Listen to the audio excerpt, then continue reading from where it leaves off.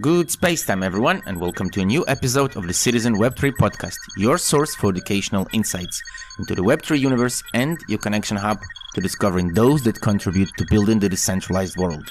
Today, we are joined by Kellykim from WalletConnect. We discuss journalism and the search for the truth, objectiveness, and the power of memes. We talk about creativity, pushing boundaries, and food. Finally, we touch upon community, holding back, and the crypto cult. If you enjoy our podcast, please share this episode onto your favorite social platform and help us spread Web3 values into the universe. The biggest motive for studying journalism is to get to truth. I don't really believe in a future that's controlled by nations anymore. A community really should be a fertilizer for all the individual talents and goals and dreams of the people inside it. I think when things get too serious, you lose the creativity and kind of the will to push boundaries, to explore.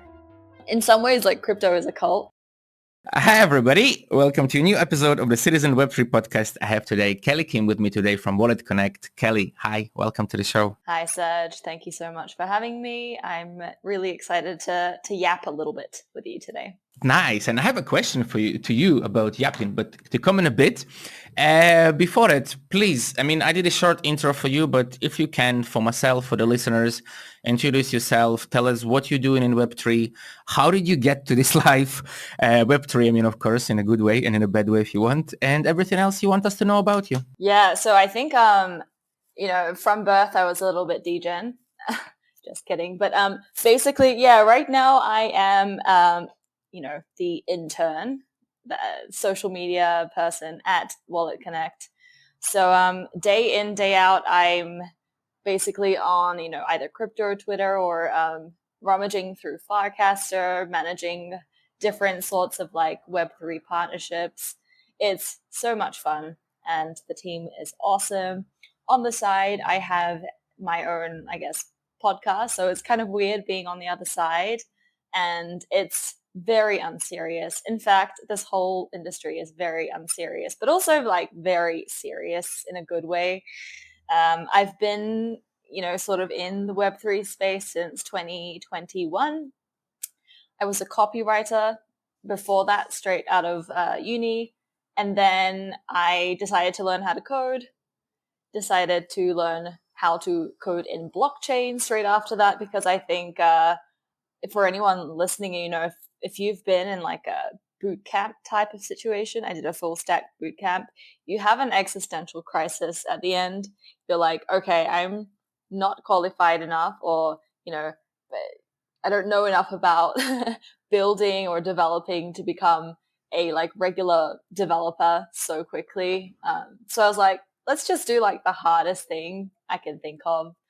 And maybe that will put me, set me apart from the rest. And I really just fell in love with the tech in a very utopic way. Maybe now it's a little more nuanced, and mostly as well the people in the space, because everyone is really weird.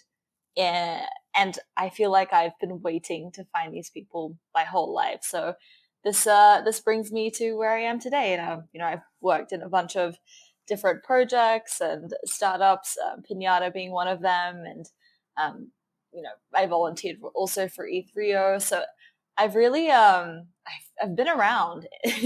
I've been around in a good way, and I think I quite like where I am now, because the tech is maturing. I have a really good community, or online community, of people that I regularly like reply girl to, and they reply girl or guide me back. So all is well. All is well. Nice. I have a few questions to follow up from here, but let's first, if you don't mind, I'm going to dig a little bit about you. So what did you study, first of all? You said straight out of uni. I'm curious, what did you study? And then, first of all, first question, what did you study? Because that's going to be about the second question too. It's going to depend on that. Yeah, I'm quite a basic bitch. I don't know if I can swear on this. You can say anything you want. You can say fuck, bitch, cunt, whatever you want. There you go. I did it for you. Okay, that's a good precedent, and I feel very comfortable now. But yeah, I went to business school.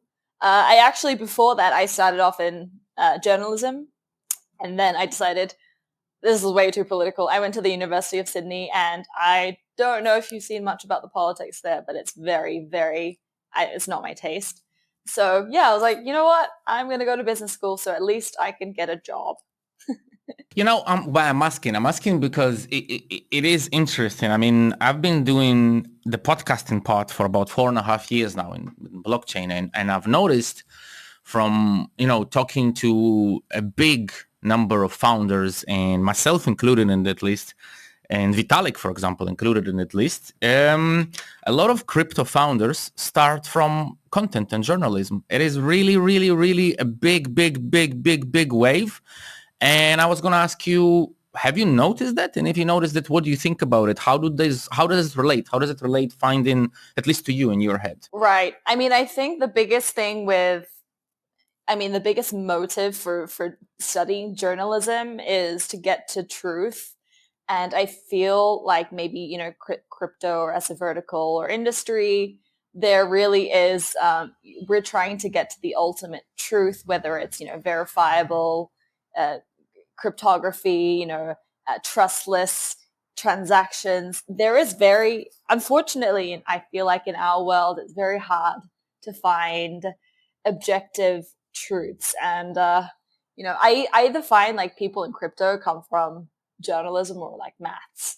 And these are very different, I would say, verticals, but somehow the goal, like the end goal of both are the same, where it's we just want to be able to trust things that we see or transact with or deal with. So yeah, I think truth. Truth is it.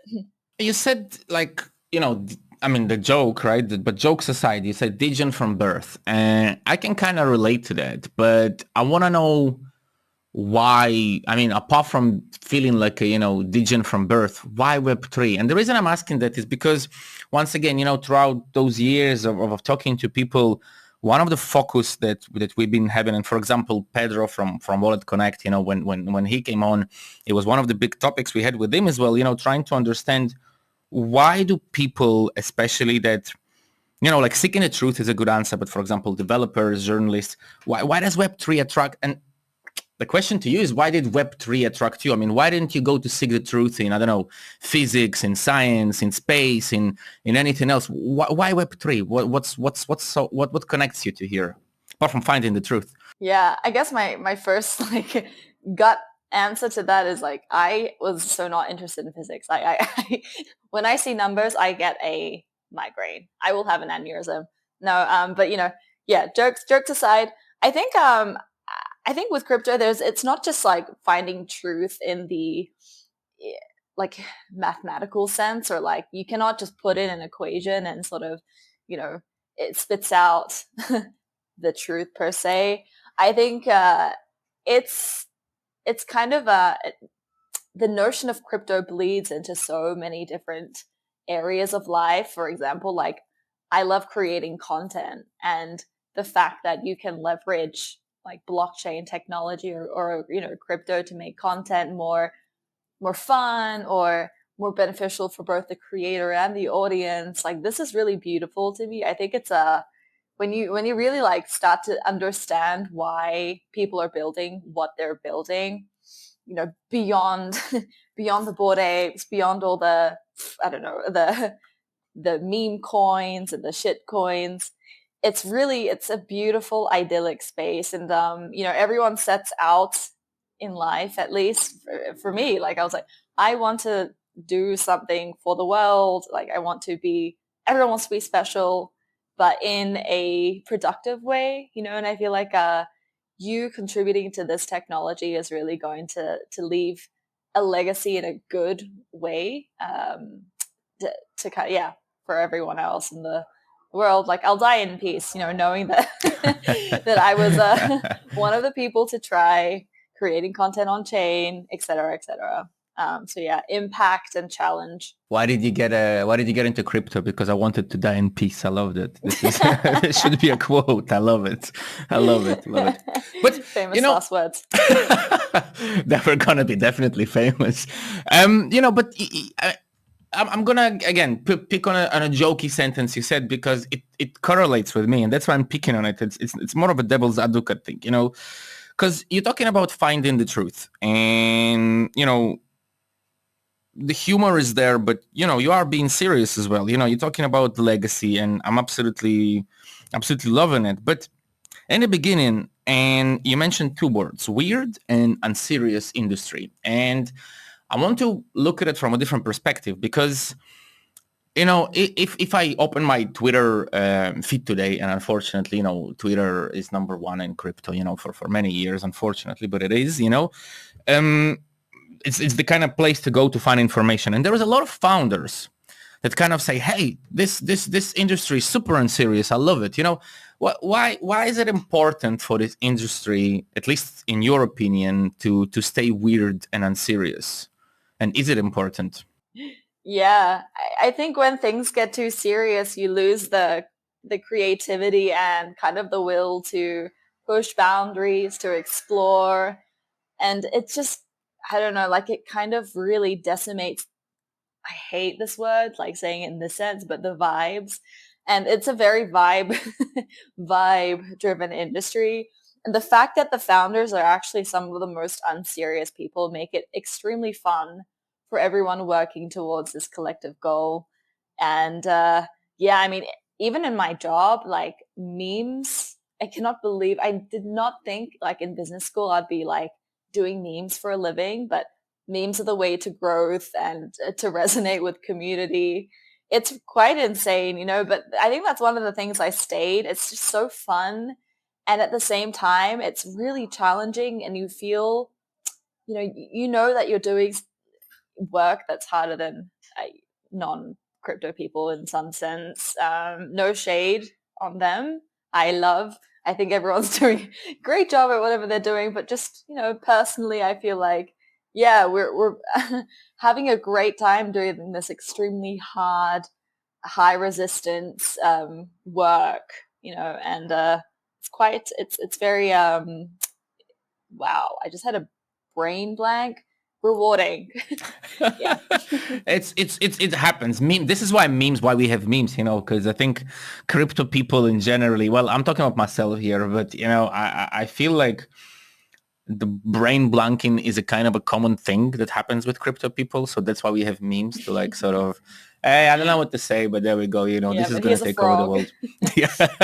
But it's true. It works. The irony is that it works, and I mean, I've been in this industry for a long, long time, and like really almost since the beginning. And I started to understand memes and their power only very recently, only like maybe the last cycle, like 2021, 2000, like even though I knew about its existence for so long, but I couldn't understand it.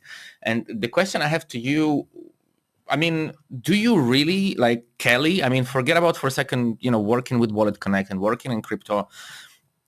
I mean, Kelly personally, what power does she see in memes, and why does she think memes have power? I mean, is it really the brain blank that I just mentioned, or is there anything bigger to that, like really that has meaning, at least to you personally? Right.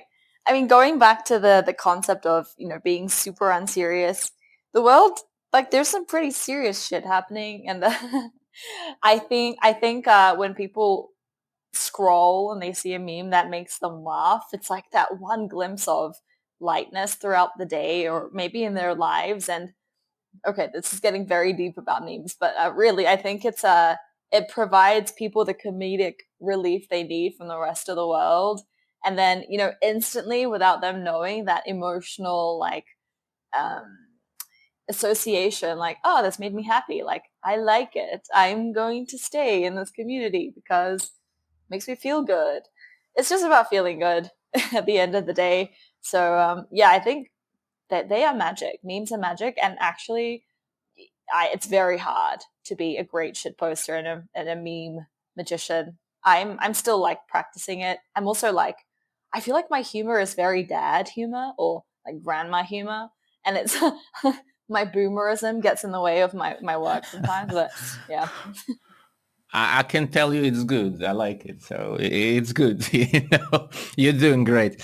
But I understand. It's just, sometimes like, I totally agree with you. It's sometimes, we look at like, again, being a little bit, I guess, and anarchist and an ANCAP personally, and because that field is closely connected with crypto, a lot close. And that field also kind of says, I will not stop shitposting until the government goes away, those kind of things, And, we believe there is some personal belief in it today that I have that, yeah, it can change the world, But I was going to ask you, you have also a podcast, right? And the Yap podcast. And you mentioned yapping in the beginning.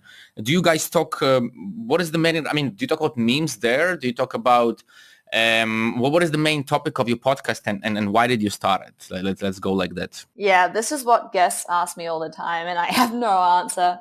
So the podcast is like, or I call it like I yap on it, but it's called Taste. And one of my, I don't know, like my dream kind of project in life is, I don't know if you've seen on YouTube, like Hot Ones where they eat like really spicy chicken wings, and like he also interviews celebrities while they do that. And there's also Chicken Shop Date, which he like dates people at chicken shops. Firstly, I love food. This is why I wanted to do this. But my goal with this podcast was to get Vitalik in a dingy, like a dingy, small, cozy ramen shop and just slurp some ramen with him on camera. This is my ultimate goal. So yeah, what do I do on this podcast? Okay, well, I interview people and I tried the whole IRL thing, but it's super, super hard to coordinate. It's not, for now, at least with like my budget, it's not possible. And I asked them just about themselves, like you are right now with me. But like kind of, I guess, yeah, I tried to not talk about what they do so much, except sometimes I forget it. They want to talk about their project because it's amazing, really exciting. They're the founder. So of course they want to talk about what they're doing. But yeah, just trying to provide people the comedic relief, like we talked about, but just with conversations, asking them really weird questions about who they are, making them eat stuff on camera. I don't know. This is my dream. Like, it makes me super happy that I might be so, sure, I'm smart, but so intellectually different from someone else, but we can still share the same act of eating. And like food is a universal thing, right? So it definitely like helps to break the ice or maybe like neutralize where we are as human beings, like with our own, mental space, our interests. It levels us. And I think, yeah, I hope guests kind of appreciate that. And also the guest that I have on the interviewee, sorry, also appreciates that. But just trying to do something different. I actually had a podcast when I first kind of got into the industry. It was called, what was it called? Proof of Human. Similar thing, except I tried way too hard to understand and inquire about deeply technical topics. I ended up not really enjoying the process. So yeah, I guess this rendition is definitely more on chain because it's all minted, on the blockchain via pods. Plus, it's actually something that I enjoy doing, so it's a bit selfish in that respect. But hey, like, if I don't enjoy it, I don't think my listeners or guests will enjoy it either. So that's the goal. I think the motto that I have on my website is like bringing taste on chain through tasty conversations with seriously on chain builders. I think the concept of taste as well is very big right now because it's kind of like Riz or just having the knack for memes. You just kind of have to have taste to survive and create a successful project. So that's my pod.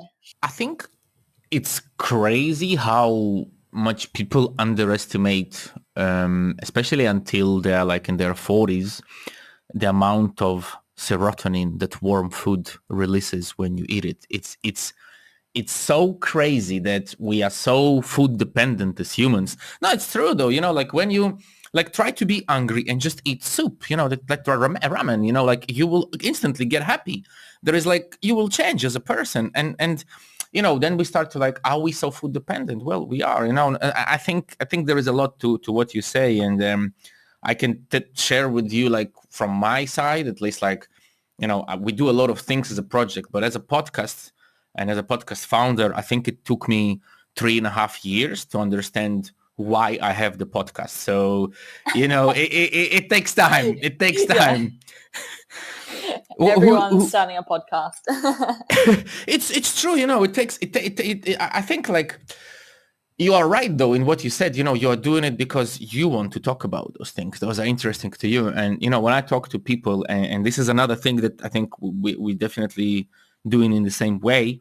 Our podcast is definitely not about projects. In fact, I've refused to interview big name founders like A-class celebrities for years, at least for 2.5 years, until they would agree to talk about themselves and not about their projects, and to come, and just share, just like you are doing right now, like instead of, this is our marketing budget and da, da, da, da, da. It's like, okay, but I just want to talk to you. I don't want to talk to your project, Yeah, so totally understand that. Do you think that apart from Vitalik, eating a ramen, slurping a ramen, who else would you say like would be a perfect guest, and who would you never definitely interview out of Web3, of course? Oof. Perfect guess. I mean, yeah, apart from Vitalik, I would think next in line is Balaji Okay. Srinivasan. I really love Okay. like thinking about network states and all of this. I love that stuff. Who else do I want to interview? Who would you not interview? Who would I not? Who would I Out not of Web3. interview? Out of Web3.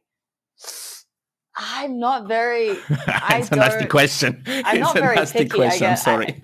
Is this jeopardizing my success? No. No, really no. It will not. No. I don't think there's many people I wouldn't interview unless. Okay, I would probably not. I don't know if this is gonna get me cancelled, but just anyone who's like super, super communist. I am very against this. If they're gonna bring like super, super communist views and like kind of, yeah, even if they're not talking about their project, I don't think there's much that we can really talk about. Even food, like you want to distribute like the same piece of bread to 100 people. I don't think we can chat here.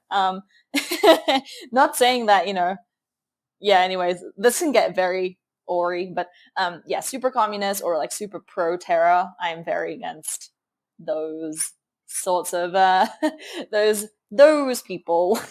I think that's fair.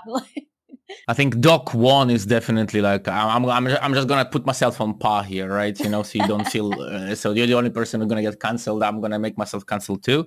I think Doc 1 is definitely a person who I'm not sure if I would want to interview because of the whole story, of course. But yeah. But moving to the next thing, like I saw, and these days, online information is amazing, and you don't need the FBI. You just go online and you find everything you want about a person. So of course I do my homework when I prepare to interview people. And you were a mentor at Teeth Global, right? I want to ask you about how did you get to do that, and what experience came out of it? Yeah, I mean, at the time I was actually doing DevRel for Pinata, so I was there on behalf of Pinata, just helping people navigate IPFS and how to use Pinata to get to decentralized storage into their app. It was amazing. I really think that was in my whole entire life, that was my favorite event, like favorite ETH global conference. The food was amazing. I can't even. Okay, the first thing is the food. The catering was just like out of this world. Also, that's probably where I got the idea of ramen. Like, I don't think don't hate on me, but I didn't have a single sushi on that trip. I had ramen every single day. And also, like, I did not know. I mean, I'm Asian myself, but I've never been to like an Asia-oriented conference. I know there's a lot of stuff going on in the Asia, like APAC region, but that conference was the first time that I got to actually see, like what innovation is coming out of, Japan specifically, but also I met some people from Korea, where I'm from. It was really like cool. It kind of like brought me closer to home, and I felt very comfortable being, representing a company and also like being amongst my people. It was really, really cool. The builders were very, I don't think they slept much, but they were very nice, very like motivated, intelligent. No, it was a really great experience. But yeah, I was just mostly very impressed by the quality of the conference, the attendees. The venue was great. Yeah.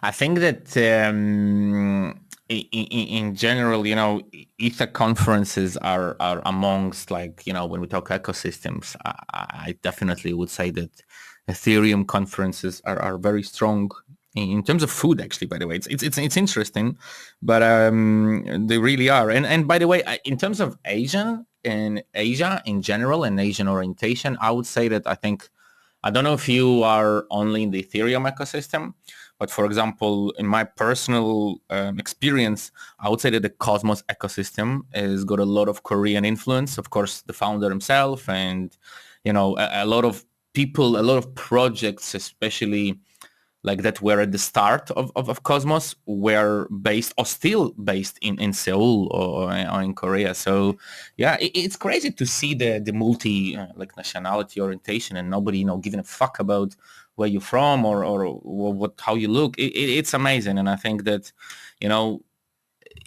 it should be. I think that is actually one thing that definitely Web3 is ready to teach the other world, in my opinion, already today. Is saying, hey, fuck it, look at this, it's working. People from all over the world, nobody cares, nobody asks, as long as they speak some kind of English, it's okay, we can build a product.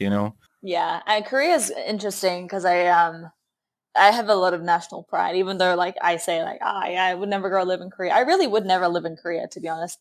I don't think I could fit in like my culture personally, but we're either like we're very, very good at things. Like we don't, it's kind of like Israelis, like we don't hold back.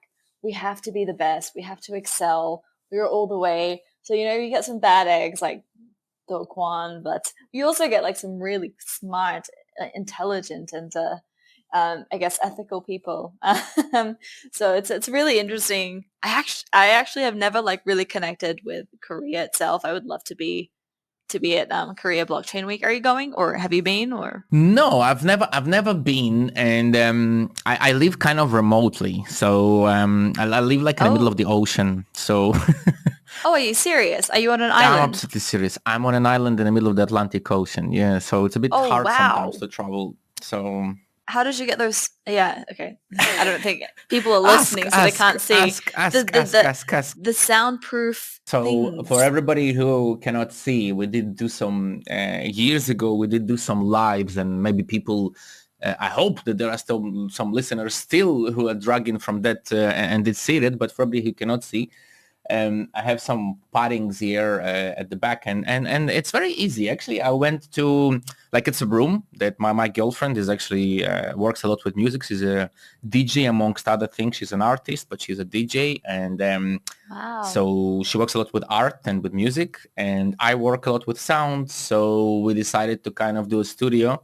That's awesome. And those are just an IKEA, like they're from IKEA, just like squares that we glued onto the wall. And yeah, it's completely changed the sound. So it's That's definitely amazing. And yeah, we why have did IKEA you? on the island. Yeah. Okay. So you got IKEA. Delivery You're only. fine. Delivery only. No, delivery only. Delivery only. No, not you cannot buy. You can only deliver. Wow. Okay, that's awesome. I would love to be stuck on an island with IKEA. Do you get hot dogs as well? Or- Hot dogs I mean, it's a Portuguese island. It's Madeira. So not a secret. And hot dogs are not a big thing in I mean, we do have hot dogs, but they're not big. I wouldn't say that they are very good. I would not say that the hot Wow. dogs we have are definitely not the hot dogs you're thinking about. Like, it's not something Yeah. you would have every day. Wow. Awesome. I want to ask you about, once we started to talk about communities and locations. You also once mentioned on Twitter that, you want your goal, or sort of part of, not your goal, but your desire is to create meaningful communities online. And, my question is how, well, not so much how, but what is a meaningful community in your words? And yeah, like, how do you today by using the tools that are available to you, whether that is the podcast that you have, or whether that is your networking that you do via, the WalletConnect or anything, anything else. How do you build? What is a meaningful community, and how do you build one? Yeah. I had a mini heart attack when you were like, oh, you once tweeted, dun, dun, dun. Very, yeah, I mean, I think meaningful communities, firstly, they're built very naturally. Like you shouldn't feel too much resistance or challenge. They should be coming together naturally. And I think firstly is just you have to have similar values. I think the one community that's kind of changed my view on life, or like, I don't know, I've always felt, I told you degen by birth, but I've always felt very contrarian or like black sheep. And even my lifestyle now, I'm not on an island, but I haven't really been living anywhere for a while.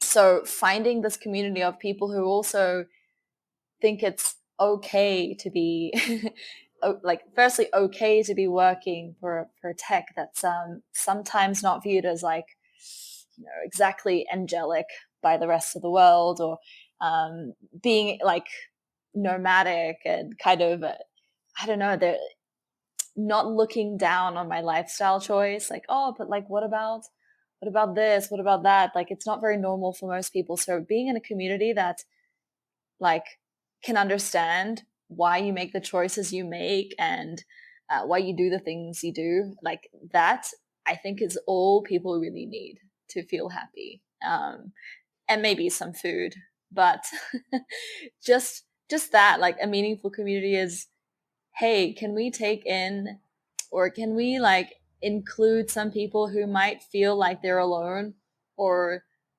not normal, or unlovable, and then, come together, discuss our values or our life choices, and then make them feel normal or lovable or cool, and it's really, I think it's harder than people say. Like, if I did live in one city, I don't really think I would be as brave enough or adventurous enough to go out and find this community. You really do have to just kind of go with your gut and go to the places that you feel like you belong. And then, it naturally happens.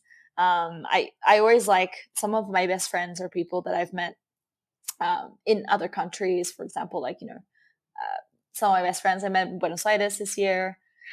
Amazing, like really, really like natural connection. And they all live a super like weird, quote unquote, weird life to people outside of this little niche community.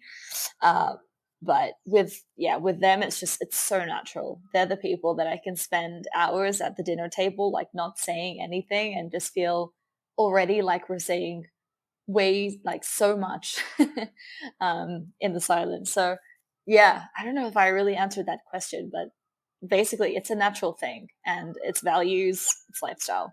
I will, you answered the question, but I will dig in a little bit into that, and I'm gonna come to WalletConnect. By the way, fun fact for you: do you know that Pedro Gomez is from Madeira? He's from this island. Oh, right. He doesn't live here, but originally his family. Awesome. And it's a tiny island, so like, he's from a village, like a tiny little village in this island, which is, I don't live there, but I pass there, like, every week or so, because, well, yeah, it's a small place. But this is what I'm gonna ask you, from here, like, about communities. Considering, that we live in Web3, in this nomadic lifestyle, how you say. And by the way, I can totally understand why. I think being nomadic gives you more courage to build. I 100% relate to that, like, considering the amount of times I moved. But what would, like, taking all of those things you said right now into some kind of, I don't know, perspective or whatever, zoom out, whatever words people want to use. What would be the actual advice right now you would give, let's say, because, our listeners, the audience, mainly people who work in Web3. And some of them are also, community builders. And what would be the advice if you had to give such advice? What would you say? Something to do, definitely, and definitely something not to do if you're trying to build like a Web3 meaningful community. Like one of those and one of those.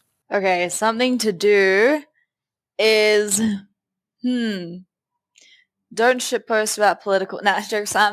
You you should definitely, I think, communities kind of start with not one person, but just like it can be even a group of people, but genuine, like a genuine presence online. And if you're super passionate and genuine about what you believe in and like who you want to attract, this is the best thing you can do, because firstly, the people who are going to be like the early supporters of a community are going to be completely on board. They're going to be a friend.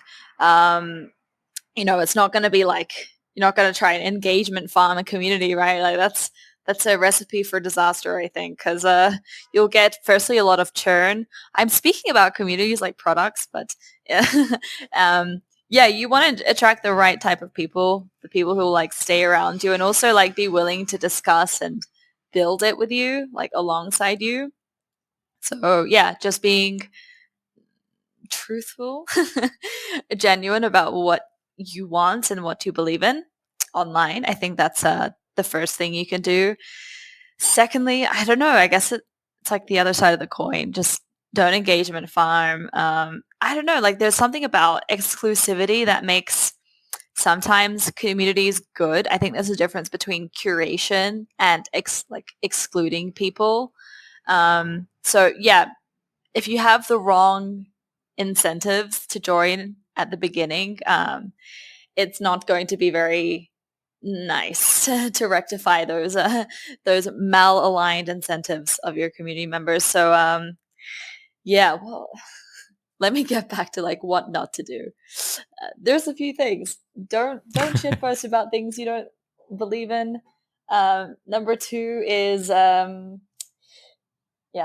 engagement farm.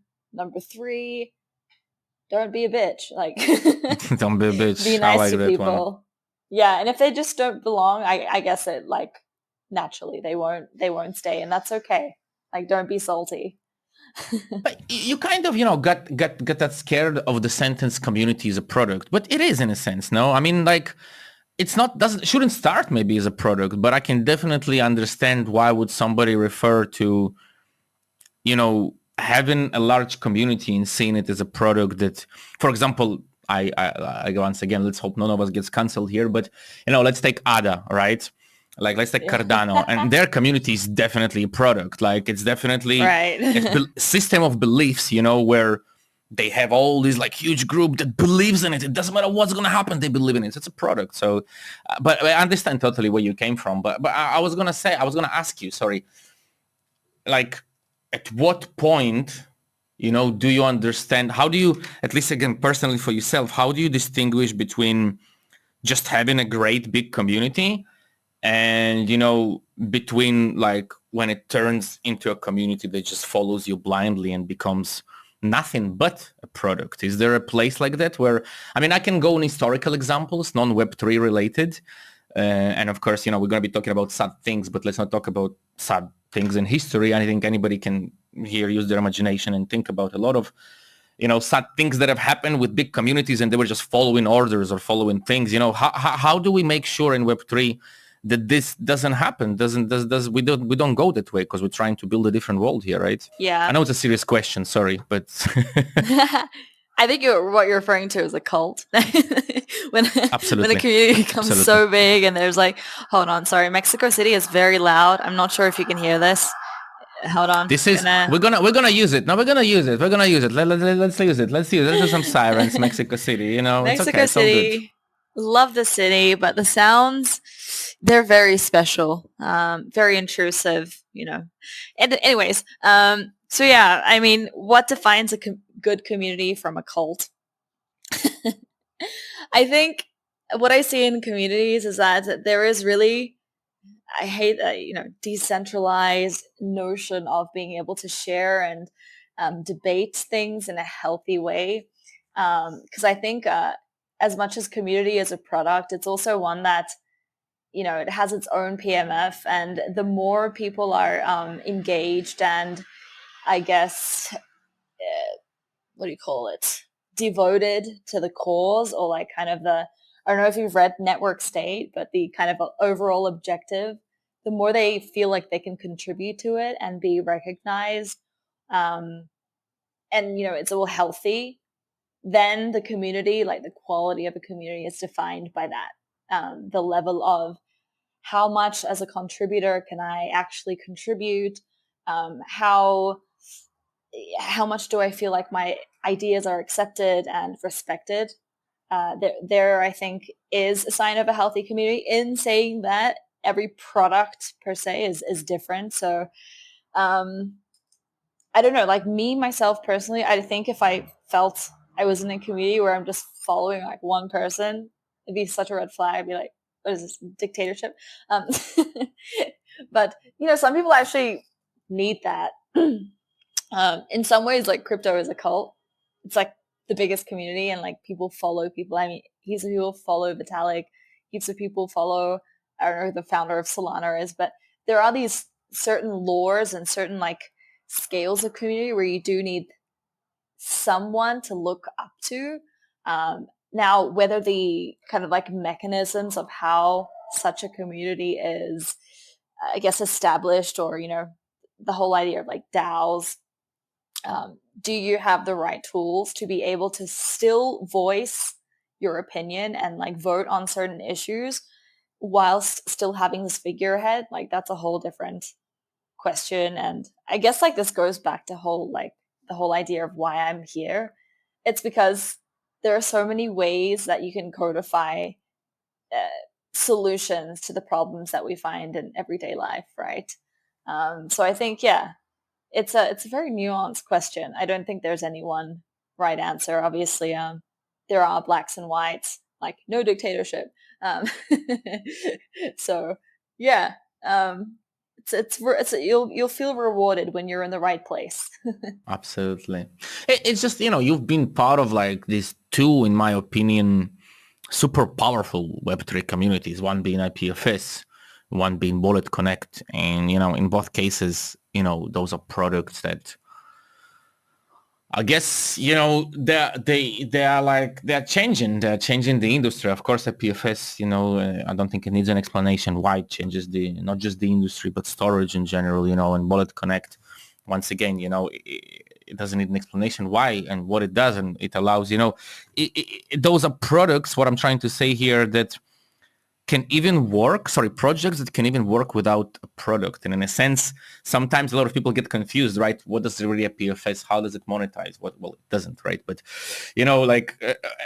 and my question here, I don't think I had a question when I started that, but I kind of did, and then I got lost. But I guess what I want to ask is, having an experience, I'd say, working with those two big communities, big, powerful communities, do you think that, because a lot of the founders that come onto the show, like smaller founders, I'm talking about founders of smaller projects, and I can totally, again, relate to that. It's very difficult to build a community, and the community, whether you see it as a product, which you probably shouldn't, or whether you don't see it as a product, whether you see it like as people who are going to help you, a lot of founders don't know how to do it. And it's interesting that, through your experience of that, you managed to be in those places which were like highlighted, I guess, the communities. So would you say, I guess the question here is, what, would you say is the, apart from memes that we already mentioned, apart from, talking to people genuinely, making them laugh, and like everything you already mentioned, and what not to do, don't farm engage and so on. Is there like a secret sauce to, it's a silly question, of course, but is there a secret sauce to why some projects like IPFS, like, is it a product that creates that community, that gives them, that cold thing to follow that product and to do that? Or it's the people who are building the project that have that experience and can build those communities? This is, I guess, the question. Yeah, wow, this is a big one.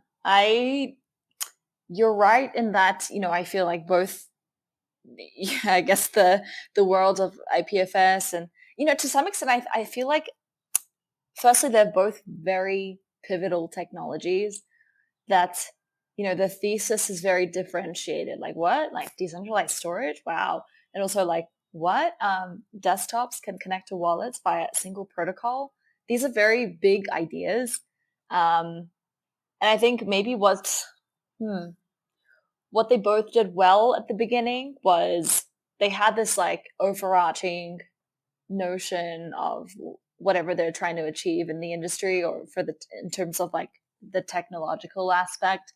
But then they're kind of they're foundational technologies, right? So every single foundation is a base for like more innovation on top of these. So I think as a community, the fact that it provided the tools for people to be able to create their own ideas and bring their own products and ideas to realization is super powerful. Like, it should be, a community really should be a fertilizer for all the individual talents and goals and dreams of the people inside it. And I think technologies are the biggest and most powerful communities because they are tools in and of itself, and also they also stand for certain ideas of how they see the world, how they think the world should be. So yeah, this combination of how useful is it, and how versatile is it, plus does it fit the worldview that I want to see? It's very abstract.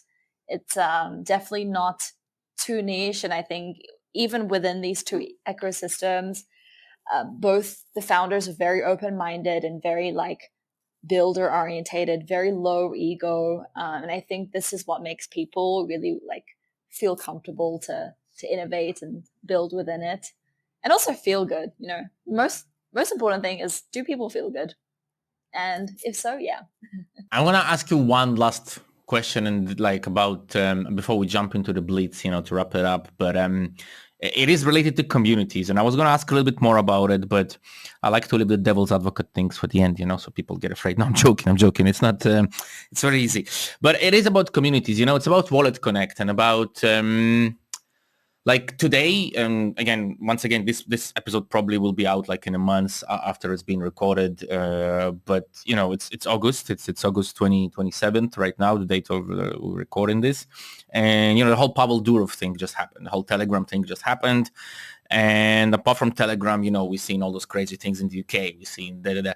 Now, both WalletConnect, both IPFS, like you mentioned yourself, are pivotal technologies. And they are both about freedom of communication. And both WalletConnect is about freedom of communications of machines in Web3. Whether IPFS is about storage, well, I don't need to explain this, I think, and like if you were to put your WalletConnect hat on right now, and you said you're not that long with them, but still, how do you feel as somebody who not just working in the industry, but working for a project that is definitely but it's definitely freedom orientated? Do you are you scared personally? I'm not talking about the founder, I don't know you, do you think that, if this thing continues that we live in, I don't want to go all black here, but yeah, I think you understand what I'm trying to ask. Yep.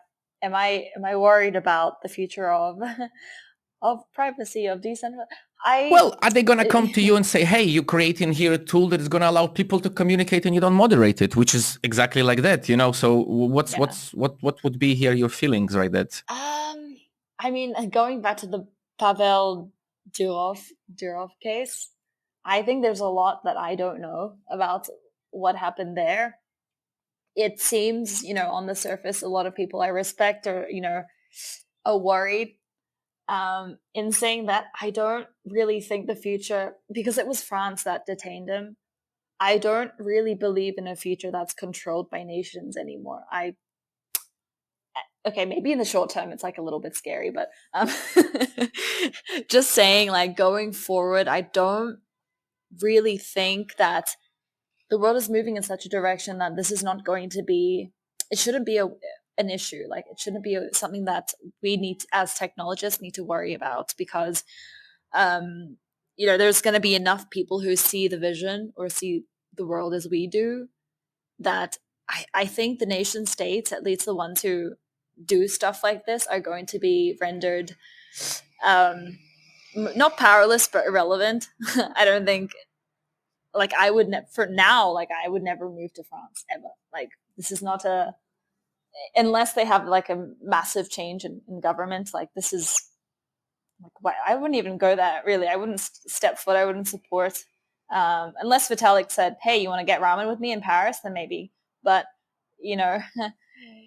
like we said about a community, like, every nation is also a community. If you're going to do things that, like, I don't want to align with, then I'm not going to step foot in your territory. So yeah, I don't know. I guess I'm not, also because I'm quite location independent, there's not, I feel like I have a lot of flexibility and choice, two also very important things and why I'm in this industry. So yeah, no, I don't think I'm worried. Balaji's got us. No, I really want to say amen to this, because like I definitely, you're talking with definitely another person who doesn't believe in neither governments or neither spaces. And I do think it's important to, hear people's opinions about that, at least in the industry. And I care about it deeply. But I definitely agree with you that it's not important, and we should not, everybody knew Telegram's problems, for many years, especially if you're coming from somehow from Eastern Europe. Okay, let me jump quickly into the Blitz with you, and I promise I will stop annoying you after the Blitz. So, 3 questions. They're a bit weird. You can answer fast or slow. It's up to you. I call it the Blitz, but it doesn't mean it has to be without thinking. So, first question. Give me or one movie, or one song, or one book that has a positive influence on Kelly throughout her life. Or at least in the recent years. Whoa. Or. Okay. The recent years. There's got to be a song you hear and you're like, yay. A song? Okay, well, I know what song I want played at my funeral. I love it. Go on. Funeral or wedding? Those guys are crazy. Yeah, they're like already up for the funeral, for the wedding, for everything. Sorry, Kelly, go on. I love, do you know Khruangbin? There's a song called White Gloves by Khruangbin. I'm also going to chuck in another, like, one book I read, like, I really studied this, like, my Bible is the 7 Habits of Highly Effective People. And this book, like, I made really beautiful notes on it in high school or in, like, throughout uni. And that really stuck with me. It taught me, like, don't be lazy, be productive, but also, like, enjoy life. So yeah, probably those two, combination of those two. Just a note for the listeners, guys and girls, everything me and Kelly mentioned, of course, you can find links in the show notes, books, songs, projects, people. So please do, if you're interested, open the links and find the show notes. So last 2 questions, I promise. They're going to get weirder. The next one is, give me one motivational thing that gets Kelly every day out of bed, keeps on learning languages, keeps on building online communities, and, well, just enjoying life, wanting to eat food and taste it, and yeah, just enjoy. What's something motivational? Oh, like apart from food? No, it's good though, eating, but go on. If you have something else, can be something else. Holy shit. Okay, what gets me out of bed, really? This is very broad, but just the like prospect of building something. Every day you have, I don't know, like, what gets me out of bed? Building stuff, building whatever it is, a strategy, a meme. Love it. Just, like, I remember it, like, the deepest, darkest times of my life.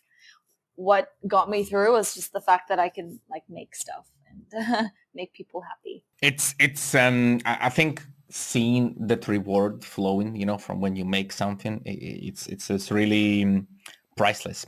Last one, I promise. It's the weirdest one, but I promise it's the last one.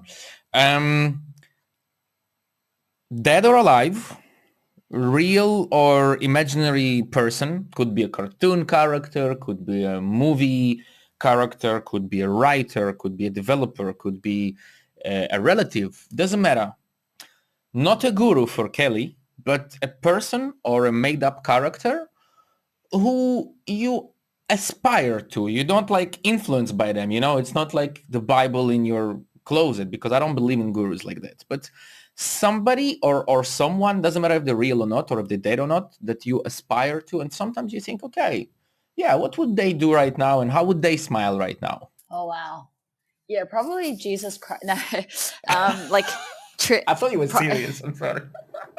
I had to put a serious face on there, and I was like, okay, I can change. Okay. I mean, sure, yeah. Big follower here. I used to be Catholic. Anyways, probably, I don't ever think about these things. This is quite hard. So maybe just the way that I approach life is like kicking ass, like Trinity from the Matrix. Nice. Big fan. Nice. Big fan. Love it. Love it. I think it's the first I heard Trinity mentioned, but I love it. This is awesome. Hell yeah. Hell yeah. Kelly, I want to thank you for finding the time to come on and to talk to me, to have a laugh as well, not just to talk completely serious. And yeah, thank you for coming on. And for everybody also, sorry to cut you, but Yeah. I was it always happens. Okay, guys, girls, for everybody who listened to me and Kelly, thank you very much for joining in. Kelly, please don't just hang up, and everybody else, see you next time. Bye, Kelly. Bye, Serge. Thank you so much for having me. This content was created by the Citizen Web3 Validator. If you enjoyed it, please support us by delegating on citizenweb3.com/staking and help us create more educational content.